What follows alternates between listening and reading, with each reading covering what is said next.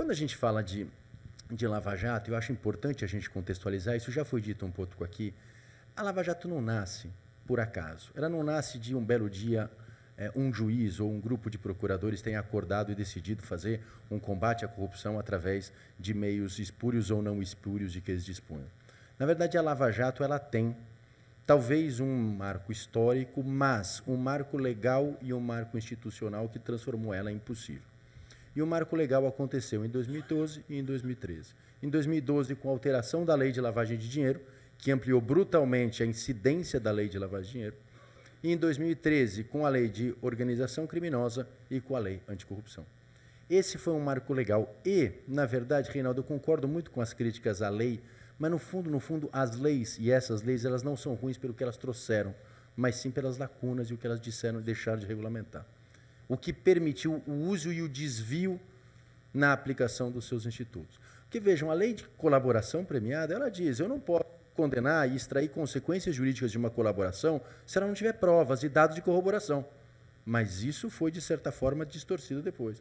A lei de colaboração premiada, ela não permite que o Ministério Público negocie com a gente o produto do crime.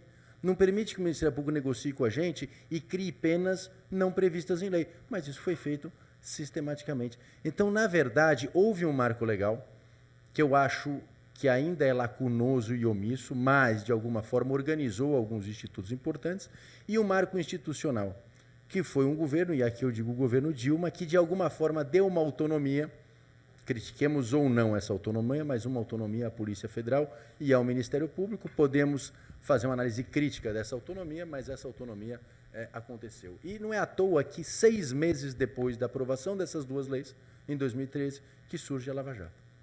E, mais uma vez, não surge a Lava Jato só. E o que caracteriza a Lava Jato, e eu acho que esse é um ponto fundamental, o que caracterizou a Lava Jato e transformou a Lava Jato no que ela foi, não foi simplesmente um juiz com uma intenção política e o Ministério Público com uma pauta política. Porque juiz e Ministério Público com pauta política, isso existe aos montes no país.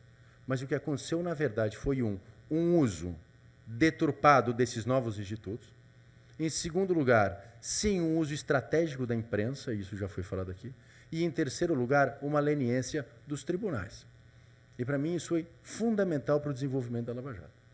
A Lava Jato ela não teria o sucesso e a abrangência que ela teve se os tribunais, e aqui eu falo do TRF4, de uma parte do STJ e do Supremo Tribunal Federal, não tivessem, de alguma forma, aquecido com certos desvios que depois vieram a combater. E eu acho que esse é um ponto que não fica muito claro nas discussões, mas tem que ficar. Então, em primeiro lugar, o uso estratégico da imprensa, isso já foi dito aqui, mas era muito interessante, Reinaldo, Carol, quando a gente, enquanto advogado, fazia uma disputa pela pauta política com o Ministério Público e com o juiz, que detém o monopólio das informações sigilosas. Então, com base nesse monopólio e com base, sim, em vazamentos seletivos, foi construída uma narrativa em que você tinha mocinhos e bandidos. E o advogado de defesa era sempre o representante dos bandidos, portanto, era menos digno de crédito. Porque ele, como fonte, interessava menos do que o Ministério Público. Um advogado de defesa jamais é lead. Exato. O advogado de defesa é sempre lá no pé, é o outro lado. É o outro Aí lado. dá aquela porrada toda para o outro lado e diz, não é bem assim.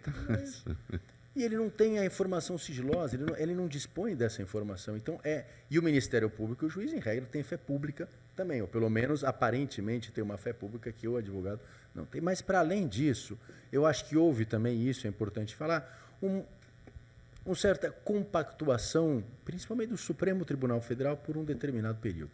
Em primeiro lugar, quando ele, de certa forma, deu uma abrangência e deu uma intangibilidade para as colaborações premiadas. Porque o Supremo Tribunal Federal, numa das primeiras decisões no âmbito da Lava Jato, quando se questionou, quando um delatado tinha questionado a colaboração do Alberto Youssef, o Supremo Tribunal Federal pautou uma orientação que agora está revendo, dizendo que terceiros e delatados não podem questionar um acordo de colaboração premiada. Então, se eu faço um acordo com o Ministério Público, os únicos que podem questionar o teor desse acordo sou eu e o Ministério Público. Ou seja, o delatado não tinha o terceiro, ele não podia questionar judicialmente o teor daquele acordo. E isso deu uma liberdade e uma autonomia para as partes nesse acordo muito grande. Nesse período também, o Supremo Tribunal Federal manteve ou mudou uma decisão anterior criando a prisão em segundo grau. Porque esse é um mito que a gente fala, e aqui já respondendo um pouco a pergunta da Carol, é um mito quando se diz que acabar com a prisão em segundo grau vai acabar com a Lava Jato. A Lava Jato começou, e talvez as colaborações mais relevantes da Lava Jato se deram quando não existia a prisão em segunda instância.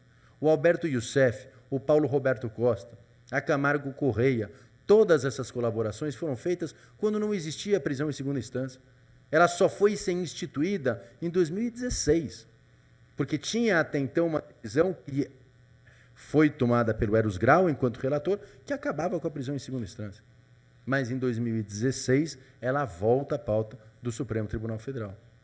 E, durante esse período, até 2016, até o final de 2016, o Supremo Tribunal Federal não questionou as conduções coercitivas, manteve uma série de prisões preventivas sem fundamento, estendeu essas prisões preventivas, ou seja, no fundo, tudo isso deu um conforto a juízes e procuradores que agiram da forma que agiram. O que acontece é que, em determinado momento, e aí eu não sei se por qualquer motivo, o que acontece é que as coisas parecem que voltam a ser questionadas, parece que, efetivamente, o país acorda para fazer um enfrentamento e perceber o que realmente foi a Lava Jato. E aí, então, começam os tribunais, mais uma vez, a cercear e a perceber uma série de ilegalidades que vinham sido cometidas. E aí o Supremo Tribunal Federal começa, então, a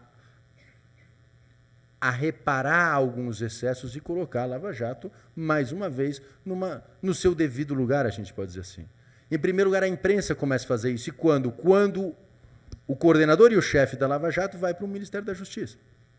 E aí aquela dicotomia entre mocinhos e bandidos, ela deixa de existir.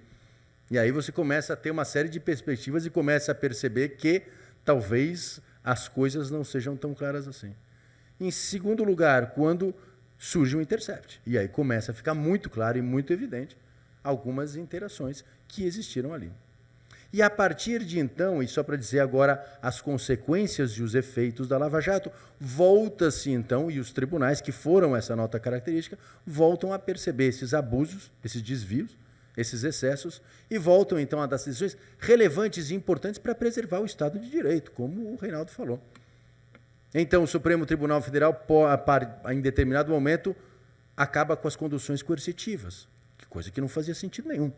Porque, veja, um belo dia eu acordo de manhã, tem a polícia na minha casa e diz, olha, você está sendo investigado, eu vou te levar forçadamente para prestar um depoimento. E aí você entrava no camburão, ia até a frente do delegado, sentava lá e o delegado falava, olha, você é investigado, portanto você pode usar o seu direito ao silêncio. Eu falei, bom, mas você podia então ter me deixado fazer essa opção quando estava na minha casa, eu não preciso vir até aqui para exercer o meu direito. Agradeço muito que vocês me deem essa carona, me ofereçam gentilmente, porque eles dizem, falam, olha, o interrogatório é um ato de defesa, então você está aqui para se defender, se você quiser, você não fala. Então, eu agradeço muito você me forçar, eu vim até aqui para exercer um ato de defesa. Não fazia sentido nenhum. Mas isso foi usado sistematicamente na Lava Jato. Quantas pessoas, quantos clientes, quantos indivíduos, de repente, se veem na frente de um delegado, e muitas vezes sem um advogado do lado, e que acabavam, então, prestando um depoimento e falando qualquer coisa sem ter acesso aos atos, sem saber o que estava acontecendo.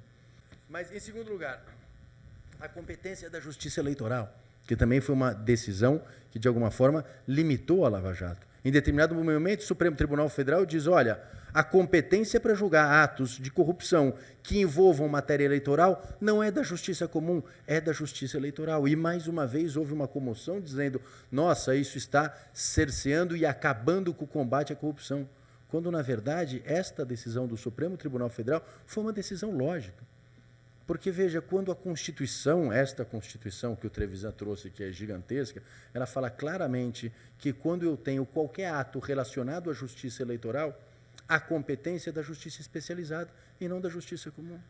E aí causou-se uma confusão e uma comoção, como que se a justiça eleitoral não fosse dar conta de apurar esses casos. E a justiça eleitoral tem dado conta, mas o mais interessante disso é que eu estava lendo um livro sobre a história do Supremo Tribunal Federal, e lá em 1957, quando cassaram o Partido Comunista do Brasil, a discussão que foi feita Não, 47, quando cassaram o Partido Comunista do Brasil, a discussão que foi feita no Supremo Tribunal Federal da época era se aquilo era competência da Justiça Eleitoral ou não, conhecer de um habeas corpus a respeito daquilo. E já naquela época o Supremo discutiu profundamente a competência da Justiça Eleitoral e chegou à conclusão que todos os fatos conexos a questões eleitorais são de competência da Justiça Eleitoral. Portanto, faz décadas que isso já está assentado na jurisprudência do Supremo Tribunal Federal.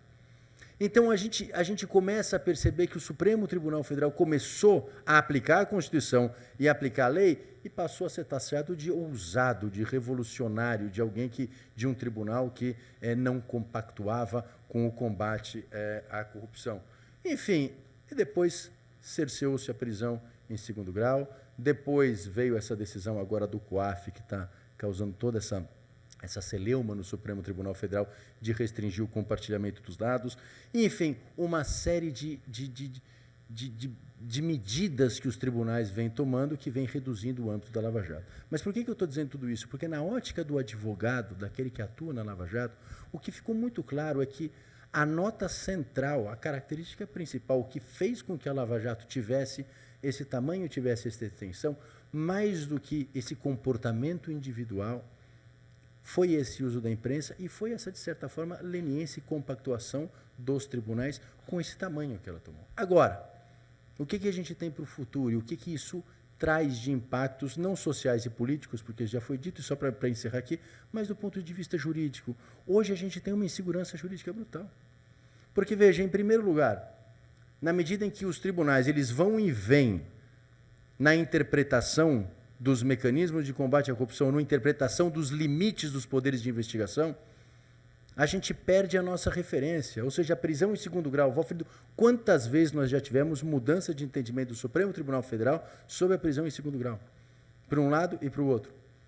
Mas, mais do que isso, a gente tem um problema que são os tribunais, diante dessas novidades, desses ímpetos investigativos, dessas novas questões jurídicas, e isso é um traço que traz uma insegurança jurídica brutal para todos nós, e eu acho que esse é, sim, um impacto da Lava Jato, é que os tribunais eles se atomizaram, se polarizaram de tal forma que você não tem mais uma decisão do colegiado. E o ministro Sebastião sabe o que eu estou falando, o Nino todo sabe, o Ney Belo sabe. Então, o que a gente tem hoje? A gente tem uma insegurança jurídica brutal, não só da mudança de entendimento constante dos tribunais, mas também de uma falta de posicionamento dos tribunais sobre temas muito importantes, o que dificulta muito a atuação do agente de justiça, do personagem ligado ao sistema de justiça. Eu só vou dar aqui 2 exemplos e já vou encerrar para buscar essas. Mas o primeiro deles, a questão da colaboração premiada, que foi esse instrumento da Lava Jato. Quando eu faço uma colaboração premiada, eu posso negociar e criar novas espécies de pena dentro do meu acordo de colaboração premiada? É uma discussão grande que está acontecendo no Supremo Tribunal Federal. Então, eu posso criar um regime especial diferenciado, ficar em casa com o tornozeleiro? Pode ou não pode? Bom, eu participei de 2 acordos de colaboração. Nos 2, eles tinham essa previsão de pena especial. Um caiu com o ministro Fachin e outro caiu com o ministro Lewandowski. O ministro Fachin homologou o acordo e disse que concordava com aquilo. O ministro Lewandowski disse que não concordava com aquilo. Ambos com argumentos muito bons, fortes, sustentáveis, mas nenhum dos 2 colocou isso no colegiado para decidir. Então, o que acontece hoje? Acontece que o sujeito tem um acordo de colaboração premiado, com as mesmas cláusulas, e ele vai submeter ao Supremo Tribunal Federal. Quem vai ser a pessoa mais importante do Supremo que vai decidir isso? O distribuidor, o sujeito que está lá embaixo. Porque, no fundo, você tem 11 posições muito consistentes, mas isso não é colocado no colegiado, e a gente tem um problema de insegurança jurídica a respeito disso. E com isso, e junto com isso, uma série de outras questões que não são submetidas ao colegiado. Então, hoje a gente tem um problema de insegurança jurídica brutal, que vem, sim, eu concordo com o Reinaldo, de uma lacuna legal, e 2, um problema de segurança jurídica brutal que vem também por uma falta de enfrentamento de questões polêmicas e de consolidação dessas questões para que nós possamos ter uma orientação jurídica. Então, diante disso, a comunidade jurídica que atua na Lava Jato, que atuou na Lava Jato e que, de alguma forma, está diante dessas questões inusitadas, ela tem um problema, e um problema que certamente se reflete na economia e na política, que é um problema de insegurança jurídica brutal. Como é que a gente resolve isso? Carol, eu não sei. A gente está diante de um paradigma, a gente está diante de um problema. A gente precisa de alterações legislativas, sim, na área da colaboração, da leniência. A gente precisa de uma orientação mais clara dos tribunais sobre o que pode e o que não pode. E a gente precisa criar e voltar para um sistema em que o cumprir a lei e o defender a lei não seja um ato de ousadia, não seja um ato de coragem, em que exercer o direito de defesa, e que o advogado exercer o direito de defesa também não seja um ato de coragem quase que suicida. A gente tem que voltar para um sistema em que o papel do juiz e de um magistrado não seja um papel de um herói, mas sim de um ser humano que está diante de um fato, diante de uma lei, por mais maior que seja a lei, mas diante de uma lei, e ele tem que seguir essa lei. Ele pode interpretar de uma forma ou de outra, mas ele tem que interpretar dentro da lei. Se a gente não tiver uma legislação que seja coerente, se a gente não tiver um tribunal que faça isso, consolide essa interpretação e dê uma orientação jurídica, a gente não vai voltar para a normalidade, a gente não vai voltar para o Estado democrático de direito.